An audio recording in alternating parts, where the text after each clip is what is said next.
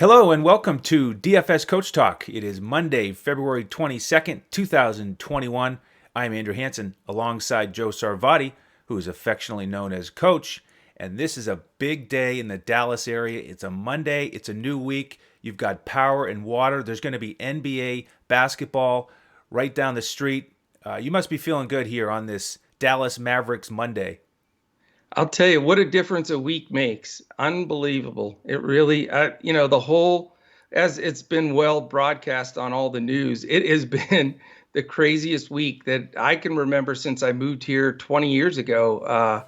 Unreal. But one thing I've learned for sure is don't take for granted the power, the electricity, the heat, the water. I mean, wow, it is crazy when you don't have any of those things. And now today, Andrew, it is like 58 degrees and sunny out. People are out in shorts and t-shirts. So Incredible. That's Texas. Well, you guys deserve it. And it's similar to all of us with NBA in the last year. We can't take it for granted. Lost it for quite a while, but we've got it back now. And season's been progressing pretty smoothly. We had some cancellations, but chugging along, and very thankful for that and excited for this week of DFS. So let's get started here. We've got a 6-game slate tonight. 4 of the 12 teams involved in a back-to-back, and only one game over that 230, that magical mark on BetUS.com.pa, our presenting sponsor. And hope you enjoy the new look today on YouTube. We've got the tremendous offer scrolling across the bottom, so be sure to jump on that. You're going to deposit $199 at BetUS.com.pa and get a $149. It's even better. I was going to say, discount time. And you get 3 months of a free membership with us at dfscoachtalk.com, where you get all of our lineups for every slate. We cover every NBA slate, of course. Major League Baseball coming up. PGA is going well for us. So jump in with us. Once you make that deposit, just let us know that you've done that on Twitter. You can find us at DFS Coach Talk. And don't forget, you bet that 149 on BetUS. Try to build a bankroll there, and you get us for free. I mean, it is a sweetheart deal. We'd love to have you join us. We have the best Discord as far as our members in the industry. They're awesome. That's right. All right, so game one, we've got Chicago against Houston. It's the only 8 o'clock tip. Later start tonight for the slate, which is nice. Yeah. And we've got Chicago as the 1-point favorites, over under 227. And the news here on the Houston side, PJ Tucker probable to get back in the lineup. Oladipo is out, and then Cousins is questionable with the heel. And man, it's been an interesting last few days for Cousins and the Rockets, hasn't it, Coach? It's bizarre, man. I don't think it's a heel. I think it's a boot in the ass that they're trying to get him out of town. I don't know what the deal is, but it seems very unusual that an organization would announce or would come out that they're looking to go young, they're going to get away from Cousins, and then all of a sudden he's still there and questionable to play. So somebody's got their wires crossed. The Houston dumpster fire continues, in my opinion. Don't understand even the trade with Harden, that they didn't land LeVert in that deal. I still can't figure it out, but it is what it is. I certainly wouldn't recommend Cousins in this odd situation here. Definitely don't want to take that risk. And if he does play, you can't imagine he's going to have much of a role or much motivation as well. A couple of things I want to mention real quick, Andrew, that I looked at this weekend, and I decided to get back to some of the roots of a little bit more focus in preparation on really diving deep like I always have, but even more so at basketball-reference.com. That if you haven't gone there and you're preparing for any DFS slate, as Andrew knows well, and everybody on our Coach Talk team, basketball-reference.com is incredible. The advanced stats, you can look up everything, defensively, offensively, who's on the floor, usage, you name it. And what I'm doing now is a little bit deeper dive, and I decided I'm going to add sort of the point of each game that I'm digging in my basketball reference stuff, and I'm going to mention it on these podcasts. Instead of DRPM, I want to shift to that a little bit for right now because, I think it can give us an edge and it only is one or two guys, that we know out of our 8 that can make or break a slate for you. So hopefully with these this new approach, it'll help us get a little bit stronger. So as you said, this game, it's only a 1-point spread, so it should be a close game. Chicago's certainly been playing better basketball. Levine's been out of his mind. Defensive efficiency-wise, the Bulls are 20th. Houston is 4th, and that's pretty much the only reason they've been winning some games is they are defending. The thing that's really interesting here, even though it's a sub-230 game, they're the 3rd and 4th best pace in the league. Houston 3rd and Chicago 4th. So there's going to be possessions. They're going to get up and down, and it's going to create, I think some extra DFS points, and that's certainly something that we're looking for. What I wanted to mention too is as far as minutes played for the season, Levine has been hovering right around 8th, 7th, 8th. He's been rotating, so he's getting a ton of minutes. He's having an all-star season without question. But, as far as like some of these stars, their minutes, even a Luka, for example, he's such a great play, but his price is so high, and he's in the 30s in minutes played, which really makes you a little nervous. But when you have a Levine, his price is high, not as high as Luka, obviously, but you're going to get that top 10 minutes in the league representation. So that stood out to me, and I think Levine's a great play here. Oladipo is by far the best perimeter defender for Houston, and he gives Levine trouble. He's not playing. So Levine's had a lot of things fall his way. I think this is a perfect example where, this has fallen his way again. So I love Levine. I think that, you got to dig in a little bit as far as any bigs for Houston here. I think PJ Tucker will play, but, there's going to be a rotation of some guys if Cousins is out or limited, that you have to start looking at some of the guys there. But I don't want to dig too deep and recommend anybody that, on a nice 6-game slate that's going to get 15 DFS points. So, you can look there, but I'm not going to go there with any Houston bigs at this moment. I'm going to stick with the possibility of John Wall. His possessions are so much higher, his usage with Oladipo out. I think he is certainly the best play on the Houston side. His price is okay, a little high, but not too bad. And I don't even want to mess around Chicago-wise. I love Levine. He's definitely a guy that is going to be probably the number 1 pay-up guy for me on this slate. But the other guy that I want to mention here, and I'm interested on your take, Andrew, is I sort of like Wendell Carter Jr. With the depleted Houston front line. I think I saw some signs of when he came back here a couple of games ago that he really was explosive and playing well. Now, the concern is he going to get enough minutes played and, enough usage when he's in there? I'll tell you, he may be a cheap center that's really going to pay off, because some of these other centers I think are overpriced for what they're going to produce. So I'll take a look there, and I'll definitely have, good 2 guys from this game representation. So what do you think? Well, I'm with you that Levine is one of my favorite pay-up guys on this slate. He was excellent against Houston, first time out, 50 fantasy points, and that's what he's been doing regularly here with those big minutes. I mean, he's been terrific. I love watching his game. I mean, he can get his own shot with the step back now, and obviously getting to the rim, he's as explosive as anybody in the NBA. So love watching him, love rostering him. He's my favorite pay-up guy here. With Wendell Carter Jr., I mean, the concerns you mentioned, I have those as well in terms of enough minutes, enough shots, enough usage, because he's really a secondary or third option with this offense that really runs through those guards. So I don't think I'll go there. One other value play I might look at with Chicago would be Temple. 4K range on both sites, makes things work. He's been getting 30 minutes as a starter with all these guys out like Porter. So he's playable for me. On the Houston side, I also like Wall here. We certainly like to target guards against Chicago. with Oladipo out, great bump in usage for him. With Cousins, I look at him a little bit differently.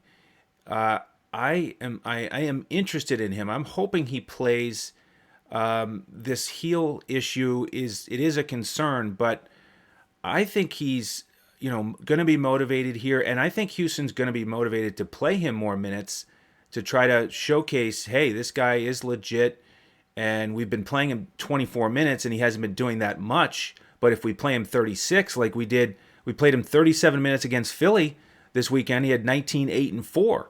I mean, if you get Cousins playing big minutes and he's motivated at 6,400 on both sites, he can smash that value. So it feels a little risky with the heel and not quite knowing what his mentality is going to be. But if he's a full go, I am interested in playing him, because that's another thing we've done is we've targeted Chicago with bigs. Right. Everybody else, we'll see if Tucker starts. Then House, I think, will likely go back to the bench, assuming Cousins is playing. So House's value takes a bit of a hit. Gordon is okay on FanDuel at 5,300. A little bit expensive for me on DraftKings at 63. But overall, I'm looking at Levine, Wall, and Cousins. And I would like to get a decent amount of exposure to this one. Don't be surprised if Houston plays small ball, right, and they go back to just no center. I mean, I think that's probably what they're going to do, but we will see. Yeah, if Cousins is out, then I agree. It could be Tucker and House as the bigs, so to speak. Yeah, D'Antoni sneak back into town or what? I don't know. It seems like it, right? Yeah. All right, game 2 is that one down in your neck of the woods. Memphis in Dallas, an 8:30 tip, and this is the highest total on the board. 232. Dallas favored by 5. Interesting spot here with Dallas. They haven't played in 8 days because of everything that's been going on down there. And it's an interesting kind of dynamic with that long layoff for Dallas, highest total on the board. And the thing that's great about this matchup is that this is the only one on the slate where both teams are bottom half defensively. Memphis 18th, Dallas 27th. So can you believe Dallas? This is the truth. They're below Brooklyn and Washington. That hurts. Brooklyn and Washington are 25-26. That is sad. That is sad to be below Washington defensively for any team. So, front end. So, with all that being said, it's also the front end of a back-to-back for Dallas. So we'll see how Carlisle manages this. You can give us some feedback on that. But with this high total, I'm unfortunately not thrilled about a lot of these prices or the actual situation in terms of getting guys into the lineup, because your favorite perimeter guys there are great at defending the opposing point guard. So Ja is in a tough spot, dealing with Richardson, DFS. Joe Val is playable, I think, mid 7K on both sites. He's probably my favorite Grizzly to look at. And then with Dylan Brooks out, I think we'll go back to that starting lineup we saw a couple games ago with Grayson Allen, Slow-Mo, Clark. Those guys sat out the last one. It was second night of a back-to-back. So Grayson Allen is playable for me, especially on FanDuel. Nice price for a shooting guard at 4,700. Melton is playable for me as a point guard on FanDuel, only 4,100. A little bit expensive on DraftKings. On the Dallas side, Porzingis is a guy that I'm looking at, especially on FanDuel, where there's a bit of a need at power forward, I think, 7,800. I'm willing to pay that. Luka, wow, is he expensive? I haven't really spent enough time with the builds to decide on Luka. The other guys that I think are worth mentioning are Brunson and THJ, because they're both in the 4K range, and they've been getting consistent minutes off the bench. In that last stretch of games, Carlisle was really shortening the rotation a bit, more like an eight-man rotation. But how do you think it's going to play out here after the long layoff on the front end of a back-to-back? Well, I think the Mavs are going to be pretty highly owned tonight. I think this game, with the highest total, I think it's going to get a lot of play, a lot of ownership. And just because the Mavs have an 8-day respite here, I'm not convinced that Carlisle blasts his top 5 or 6 guys big minutes. I really not. In the past, when they've had a 2 or 3 day respite, it's generally he wants to get everybody a little run, get them in the flow, get a rotation going, just get some people minutes. So I think it actually works in reverse a little bit here in the fact that he's going to try to get, I think, maybe 9, 10 guys in this game. The second piece of it is I watched Memphis's last game without Brooks, and they're just completely not the same team.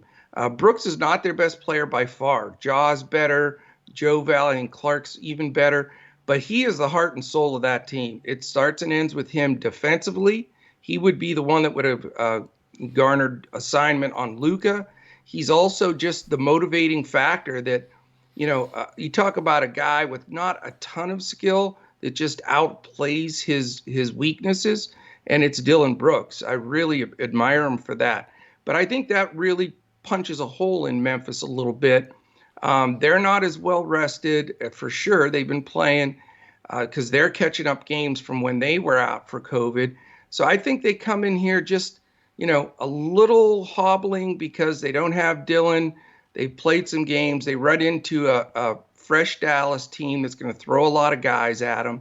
And even though it's a 5-point spread, I think Dallas, hands it to them a little bit here. So there's my first prop play. I like the Mavs today, and I normally don't play the Mavs, but I think that they're just in a great spot here.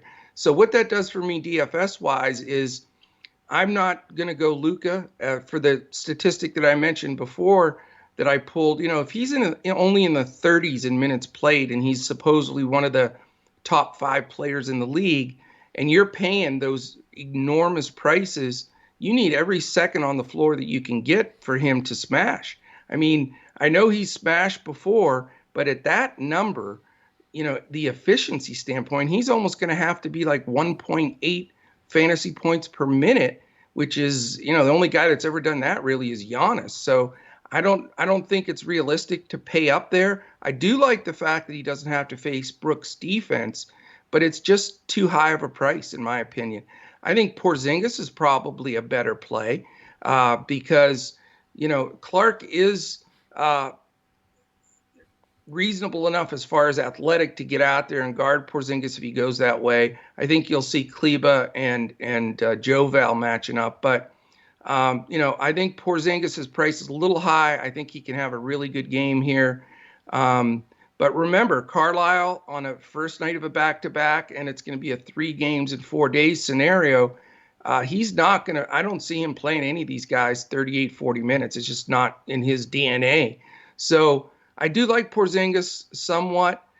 Don't really like the ancillary guys for the Mavs. But on Memphis' side, I definitely like Joe Val here. I think as long as the game stays close enough, I think that he just – we've had so much trouble – the Mavericks I speak of guarding inside the paint.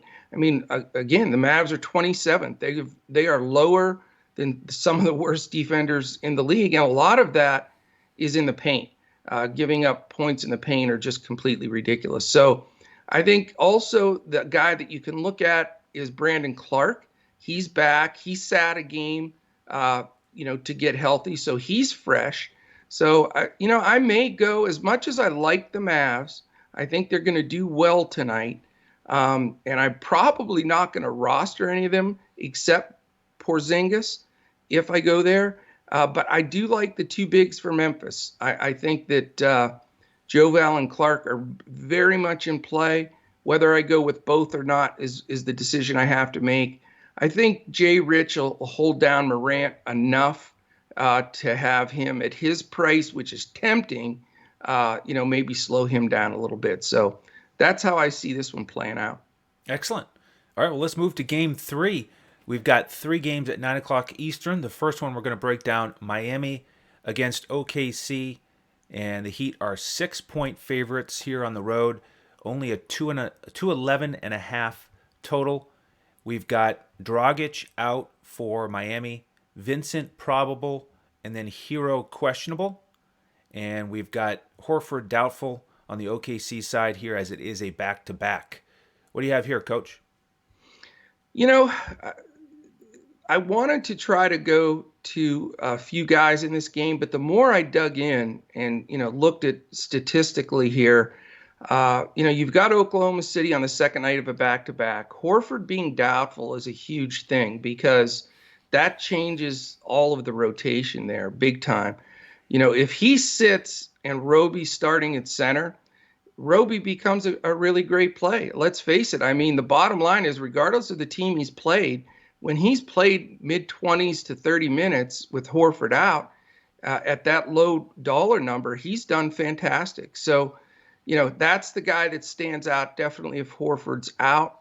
I'd love to play Shea here, but, especially since the basketball reference stat that really jumped out to me is where Miami has struggled by far is allowing the three ball. They're third in the league worst, allowing almost 38% shooting from the three-point line. And, that plays into Shea's hands for sure, but he gets Butler defense, which is a big trump card there. So I'm not going to go Shea with Butler's D, even though the three ball is open. If you can find another OKC guy that's going to drain a bunch of threes, this is the spot to do it, whether it be a Diallo or, even maybe Baisley's been knocking down some recently, and he usually gets some stocks as well. But Miami's certainly righted the ship. They're back in the playoff hunt after their terrible start and all those guys missing a ton of time with COVID. It's a 6.5-point spread, but how excited can you get, at a 212 over under? That's scary. And, defensively, they're good. Miami's all the way up to 9th. Incredible. And Oklahoma City's 14th. They've stayed in the middle of the pack or better the whole season, so I respect that.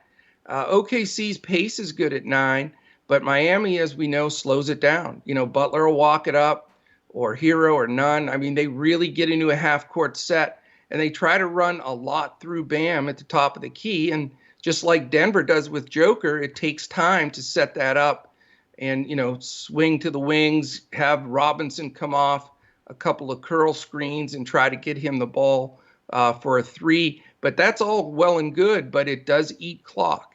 So, this is a game that I want to make sure Horford is out. Hero's questionable. If Hero sits, I think you can start thinking about Nunn or Butler because that usage level comes up for both of those guys. If you want to save money and think that he can get hot here, Duncan Robinson is always a guy that can make 10 threes in a game, but he's not going to get a lot of periphery numbers for you. So he is scoring dependent, but he's pretty inexpensive. The other thing is Bam here is pretty expensive as well.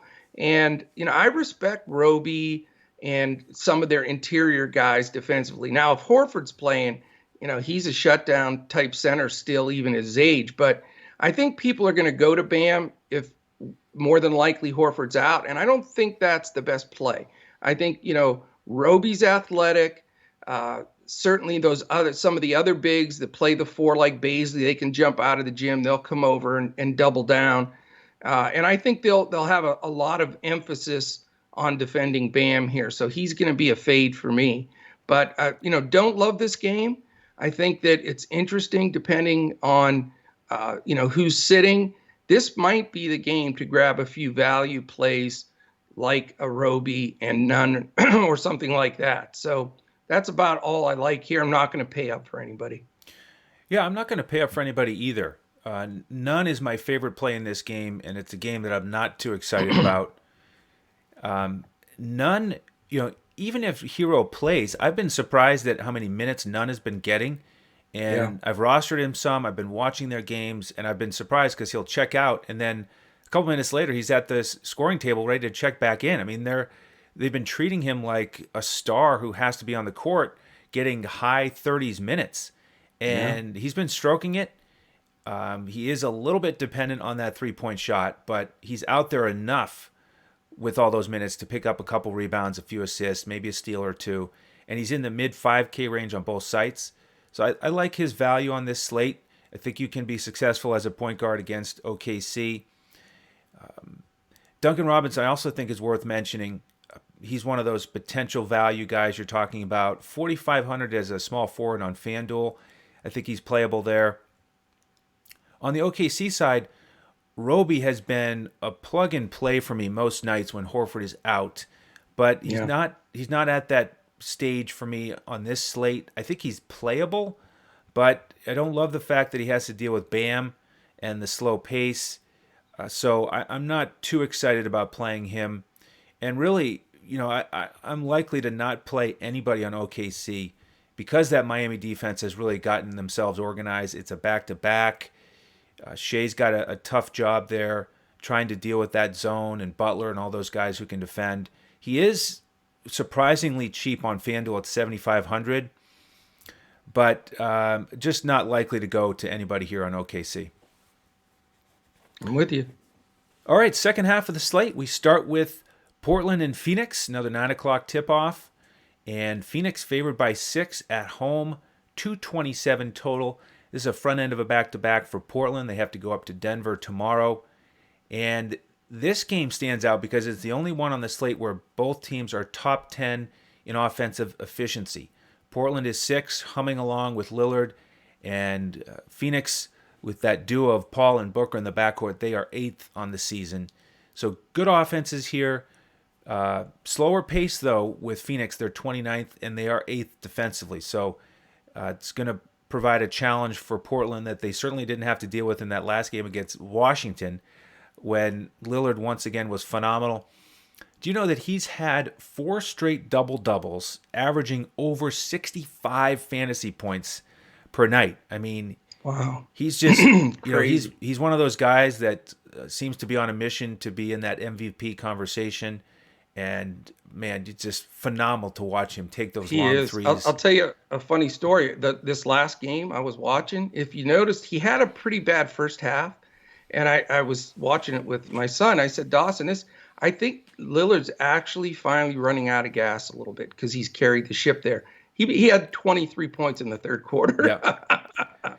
So that dude's a machine. He is a machine. It really is impressive. And emotionally, same thing. He just, the all-star snubs, he just pushes it all aside and just comes out and just delivers every single night. But, with the, that slower pace with Phoenix, tough defense, Chris Paul, it's going to be a little bit tougher for him to hit that 65 fantasy point night. So I'm probably not going to go to him. And some of these other Portland guys have been priced up a little bit. Trent is getting to that spot where it's hard to think about him actually getting more than a 6x return because Lillard really just takes so many shots, and Trent just waits on the wing to get the ball swung to him, and sometimes it happens, but oftentimes it doesn't. Our man Covington, how about 3 straight games with 6 stocks? Yeah. And that's what we were waiting for earlier in the season, back when he was in the 4K range. Now he's up to 7,000 on FanDuel. So it's a lot tougher to get to him. Derek Jones Jr., here's another guy who was sort of floating around, not doing anything for quite a while, but he's had 2 really strong games in a row. He's playing 30 minutes a game. Rodney Hood has disappeared. So Derek Jones Jr. is playable at his price for me.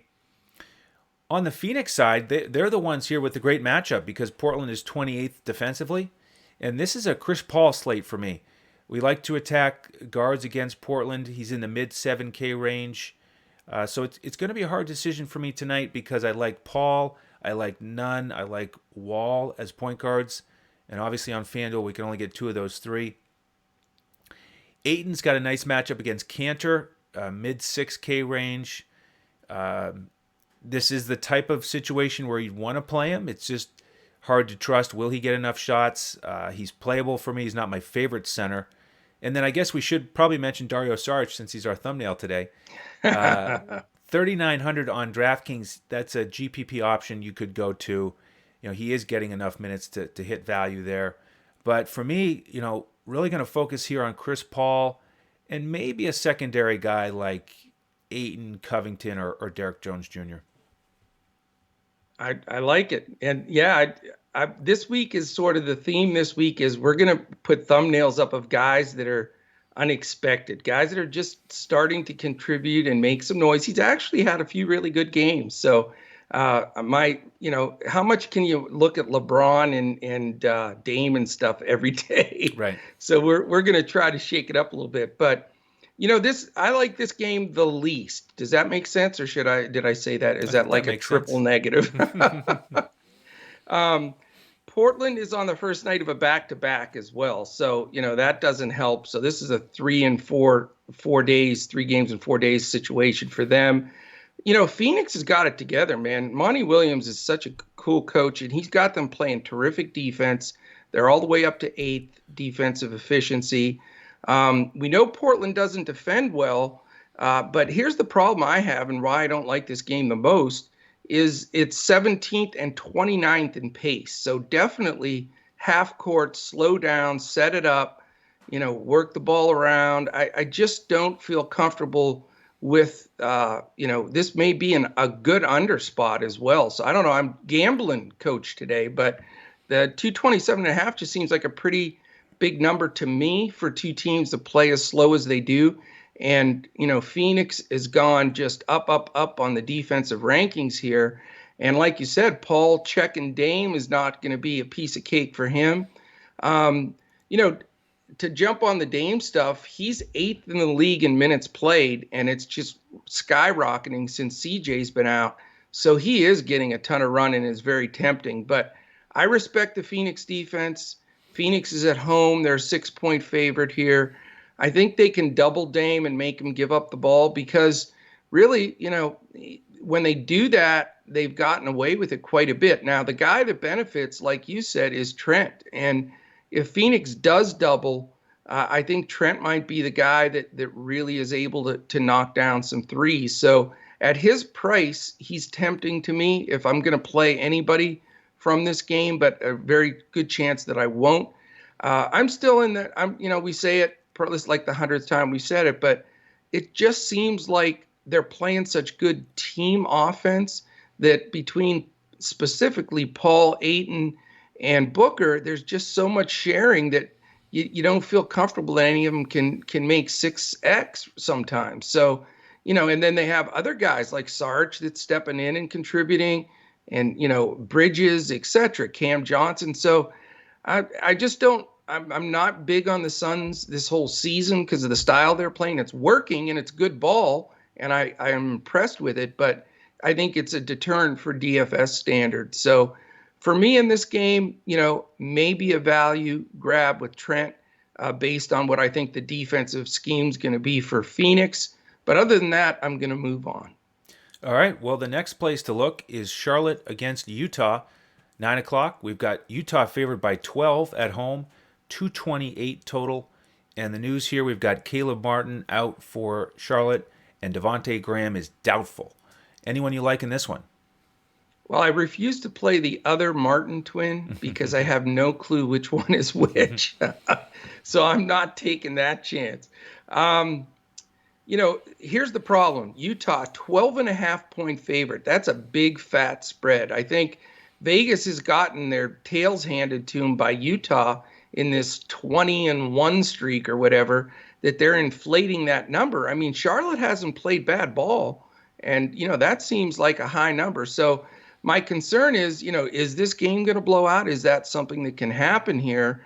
With Devontae Graham more than likely not playing, that certainly doesn't help Charlotte.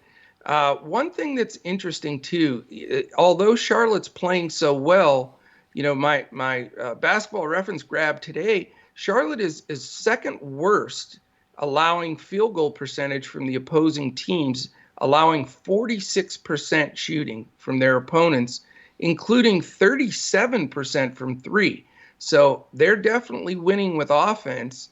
LaMelo and company, they're scoring a lot, but they're giving up a lot as well. So, this might not be as bad of a game as you think. I'm going to have some exposure here.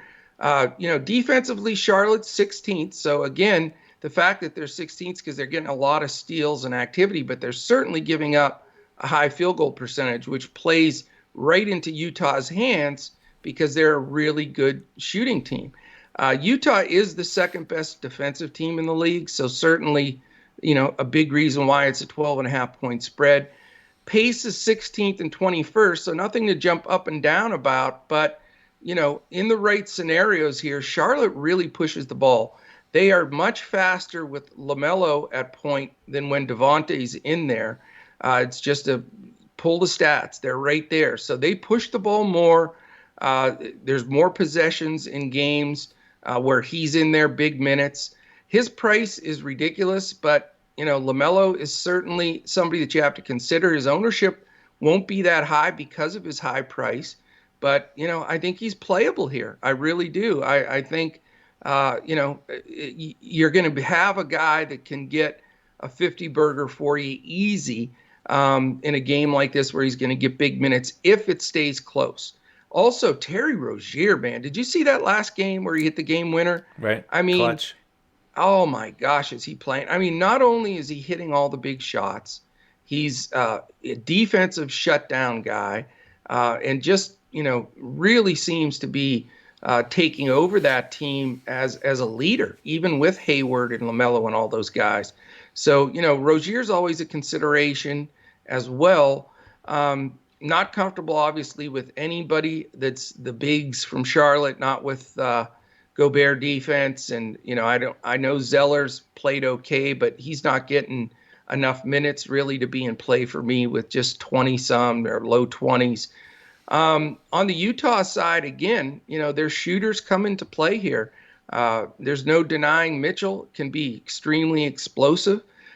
He will get Rozier defense, though. So that is my only, flashing red light there is, do you want to pay up for Mitchell in that type of situation? So for me, I think I'd like to look at maybe Gobert in this game. I think he's a sleeper guy at a price that's still decent enough for me.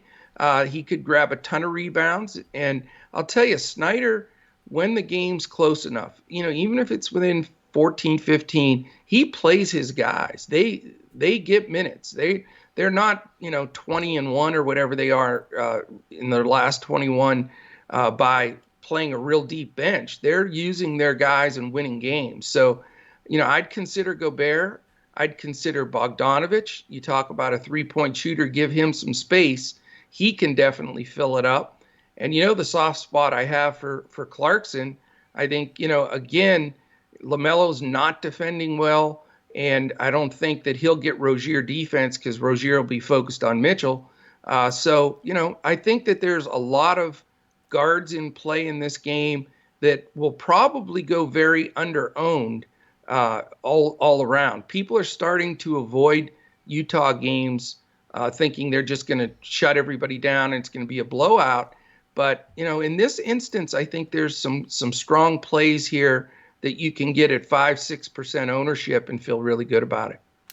Okay, yeah, that's interesting. The dynamic with Utah that you're kind of touching on there is you see that number 2 defense and you think, shut down, not many fantasy points to be had.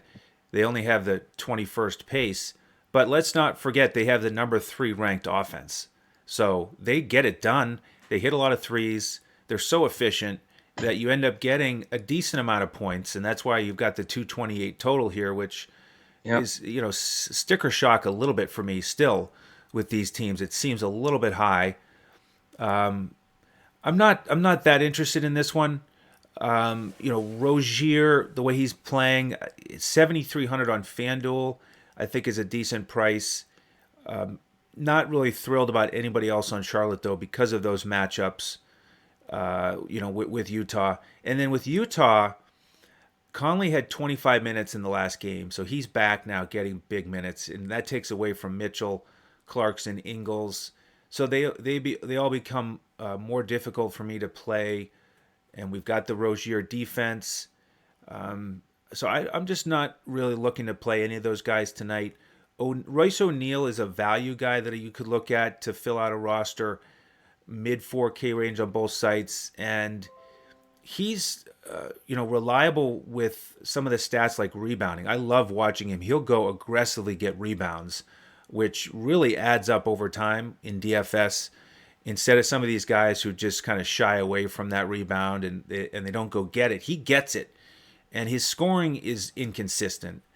That's the problem. But they've been playing tougher teams like the Clippers, so he's a guy that you could go to for value. But I'm just more likely to spend a little bit more in that Portland Phoenix game and not have as many roster spots available for this one.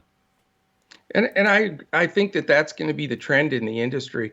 I do want to make one point because I forgot to mention it. And I'm thank you for bringing it up. If Conley gets a 25 to 32 minute run, which I expect in this game, the efficiency for Gobert with Conley on the floor goes way up. He finds them a lot better. The lobs, it creates a different entity when Conley has to be guarded. They got their best defender on Mitchell. It really opens up things for Gobert. Also, Mitchell's usage slightly goes down with Conley on the floor. Not that much, though. And his efficiency goes way up because Conley's setting him up. The guy that suffers the most is Clarkson on that usage piece. But, I wouldn't steer from the other two guys, Gobert and Mitchell, with Conley getting extra minutes because I think it actually helps. Yeah, I like the point on Gobert especially. With those lobs, because we talked on a recent show about his offense, and he just doesn't get many field goal attempts sometimes because guys don't find him for the lobs. Even though you're watching the game and you see he's open, Conley's much better at finding that opportunity and getting it to Gobert. Yeah. All right, last game of the night, we've got the Wizards and the Lakers in Staples Center. The Wizards are going to be there 2 nights in a row. Tomorrow they'll face the Clippers. And on this one, we've got the Lakers as 7-point favorites, 226 total. And the news here, we've got Ish Smith out now for an extended period of time for the Wizards. And on the Lakers side, we've got Kuzma and Markieff probable. Schroeder continues to be out. Now, with this one, interesting because Westbrook, I don't think I'm going to get there with his expensive salary with these other point guards I've mentioned.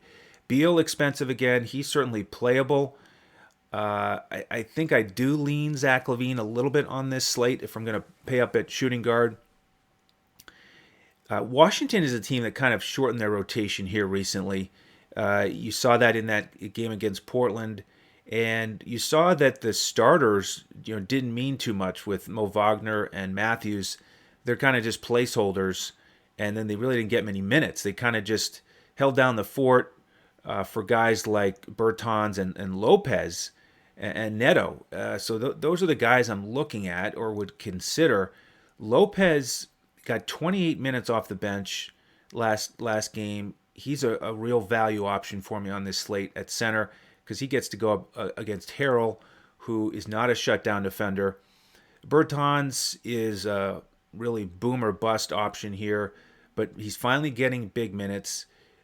If he's hitting his threes, 4,500 on FanDuel is a nice price that I like. On the Lakers side, good opportunity for usage with Schroeder out and AD out.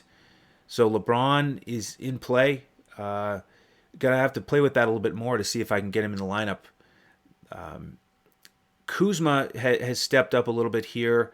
5,700 as a FanDuel power forward is playable for me. And then all these other guys, we gotta evaluate because with Schroeder out, we've had Wesley Matthews and KCP starting and getting 30 minutes, and both of those guys are kind of hard for me to play, especially Wesley Matthews. I just think he's sort of on the downturn with the injuries he's dealt with and the age. He can hit value though with over 30 minutes. I trust KCP a little bit more with those minutes. So we'll see how that plays out. And then you've got Caruso and THT in the mix, getting 20-plus minutes, getting opportunities. Caruso hasn't done much lately. THT is a little bit more involved offensively when he's out there. So those four guys are going to be, players that I'm looking at here throughout the day, figuring out if I might get one of them in as a value play on this slate. Yeah, this game is so interesting, and I need your help on this one. Let's talk this one through because I think this is the swing game. It's going to get a lot of ownership, and it's the late game. It's an hour later than any other game. So, the guys you roster here, you're going to have to keep pretty much. It's Lakers by 7. So my first question, And I'll put all this together, and then you can help me figure this out. The Lakers are favored by 7, so not bad, but it could, does it possibly blow out? I don't know. We know the Lakers have really played a downturn since Davis went out, not nearly as good. The 227 number is decent. Defensively, we know Washington is bad. They're 25th, although they moved past the Mavericks, for the record, again. Lakers are first. They remain first. And here's the thing. Washington's first in pace. So this game, it reeks of extra possessions. And since AD went down, they're 20th in pace, but that's actually up a few spots because they don't have those ISO, let's post up AD, spread the floor out, get it to him on the side. And, it takes him like 10 seconds to turn, either go up and under, hit that fadeaway. And so they're playing a little faster. And that makes me excited for this game. But here's a couple of stats that also are interesting. Washington, and we're talking about like by a ton, is the worst defending the backcourt. Almost, not quite as bad, but almost like Cleveland Cavaliers backcourt defense from last year. Right now, Westbrook is dead last in his position defensively. Beal is 5th from last. So combine them, and you've got mega the worst defensive backcourt.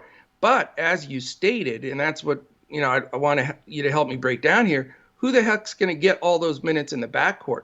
Because if LeBron is going to be playing mostly guard or point guard in this game, and I think he's the guy. And that's, if you've noticed, I haven't really paid up for anybody else since Levine, because I really am looking at LeBron here. I think, if the game stays close enough, so that's the first question. Will this game stay close enough that he can get a full 35, 37-minute run? LeBron is also 9th in the league overall in any position defensively. That's how well he's defending this year. And my second question is do you think he'll guard Beal? Because that's the other decision I can't quite put my finger on. And do you see this as a game that, is going to be the pace that I'm thinking that it's going to be? So lots of stuff. What do you think? Well, yeah, a lot of interesting topics there. Really fascinating game. I agree. So one thing is, I agree with you on LeBron. I think it's a terrific matchup for him, because he is sort of the point guard. And, you think about who's going to guard him. Maybe Hashimura. I mean, he's got the size and overall strength to compete. And I don't know. He'll get in foul trouble, though. Yeah. So, yeah. But, it's just a funny dynamic with LeBron being the point guard and probably not being guarded by Westbrook or Beal to take advantage of their poor defense. But I think he can dominate this game. But, in terms of will it be a blowout, the thing is he just doesn't have the weapons around him. And I think the Lakers at 7-point favorites, that might be a little bit high. I think I would lean towards playing the Wizards here because who's going to guard Westbrook and Beal? I mean, Wesley Matthews and KCP are out there. I don't think they can. Oh, those guys are both respectable defenders, though. That's, and here's the thing. That's the question is the big point for me is who's LeBron going to guard? Hashimura? I think so. I think KCP gets a shot at Beal. Yeah. But how about Westbrook against Wesley Matthews? He's going to eat him for lunch. Wesley's a decent defender, man. He'll take a charge. He's a little scary that way. I mean, I think that's why he's getting the minutes. It's also because he can spot up and shoot, and with LeBron driving, he can kick to KCP or Wesley Matthews and hit a three. So, yeah, I like the matchup for LBJ. I like the matchup for Westbrook and Beal. So I may have to build a lineup with LeBron on one side and one of those guys on the other, and assume that it will stay close. I think it will. I think the Wizards will keep this one close. Yeah, I mean, I hope so. I'm going to have some exposure here. Certainly don't want to blow out, and LeBron's going to be, LeBron and Levine are going to anchor my team. So I think he's certainly the way to go. I don't trust the Wizards' internal guys with the rotation of using I mean, they're using Lopez and Wagner, and is Len still there? Who knows where he's going to be tonight? I don't even know if he's still there, but they've been using a lot of guys at the bigs there, and even Hashimura played some center when they went small ball. Yeah, he got big minutes. And that could happen on the LA side. I've been rostering Hashimura lately because they're really focusing on getting him big minutes. But I agree with you. I think ultimately it's going to come down to him having to try to check LeBron, and I don't think that's going to end well for him. So I'm not going to go there. The question on the Beal Westbrook thing, you can certainly go for one, but not both.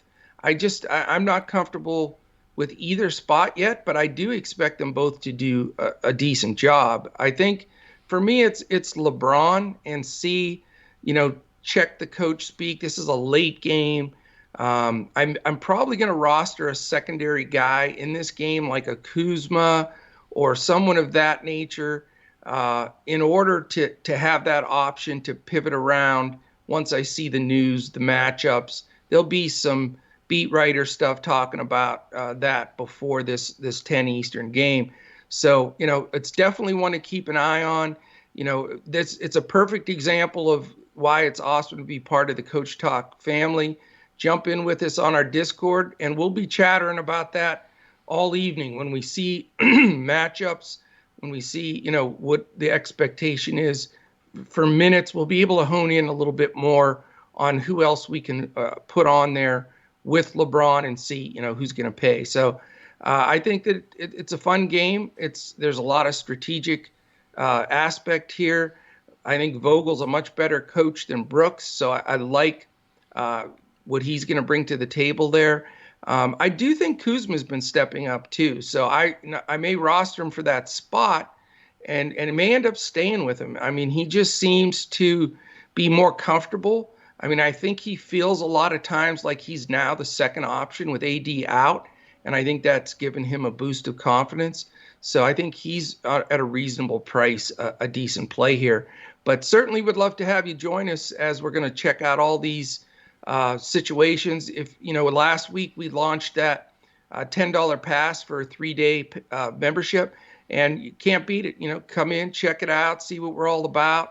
I've got a couple one-on-ones scheduled with some of our 3-day guys, because I love doing that, sharing sort of our philosophy, our process, how we go about winning long-term. Because to us, DFS is long-term sustainability success-wise, and not just hitting those decent hits and then having a big long streak of trying to chase the big bucks.